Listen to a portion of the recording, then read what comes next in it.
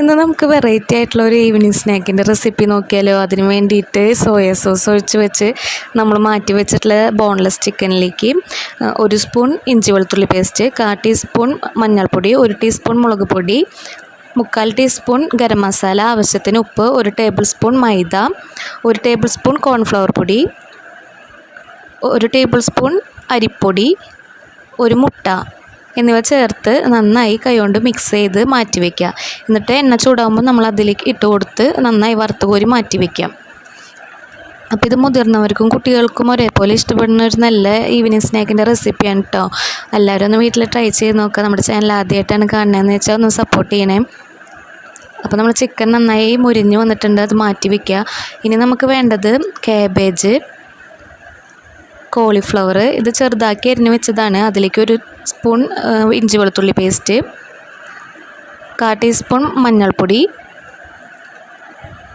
1 teaspoon മുളക് പൊടി, 1 teaspoon garam masala, ആവശ്യത്തിന് ഉപ്പ്,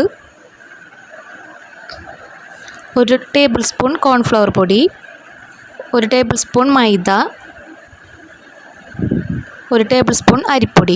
ചിക്കനിൽ ചേർത്ത പോലെ തന്നെയാണ് ഇതിലും ചേർക്കേണ്ടത് കേട്ടോ. പിന്നെ 1 മുട്ടയും കൂടി ചേർത്ത് നന്നായിട്ട് മിക്സ് ചെയ്ത് മാറ്റി വയ്ക്കുക. എന്നിട്ട് നമ്മൾ അത് വറുത്ത് കോരി മാറ്റി വയ്ക്കുക.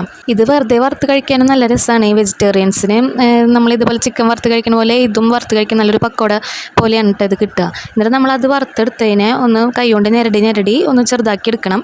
എന്നിട്ട് എണ്ണ ചൂടാകുമ്പോൾ അതിലേക്ക് സവാള ചെറുതാക്കി അരിഞ്ഞത്, 1 ടേബിൾ സ്പൂൺ ഇഞ്ചി വെളുത്തുള്ളി പേസ്റ്റ്, 2 പച്ചമുളക് ചെറുതാക്കി അരിഞ്ഞത്, 1 ടേബിൾ സ്പൂൺ മഞ്ഞൾപ്പൊടി, 1 ടീസ്പൂൺ മുളക് പൊടി,